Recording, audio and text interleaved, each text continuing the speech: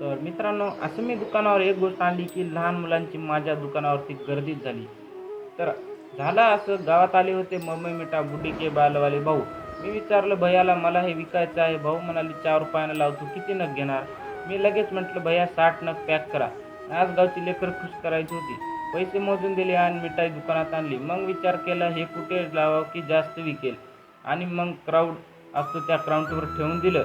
दुकानात दिवशी काय मुलांचा बाजारच भरला. एकाने 5 घेतले, कोणी तर 2 घेतले. लहान चिल्लर देताना कधी ₹1 कमी, कधी 50 पैशाचा गोंधळ. मी म्हणलो, अरे देवा, मिठाईपेक्षा चिल्लरच मोजायला जास्त वेळ लागते.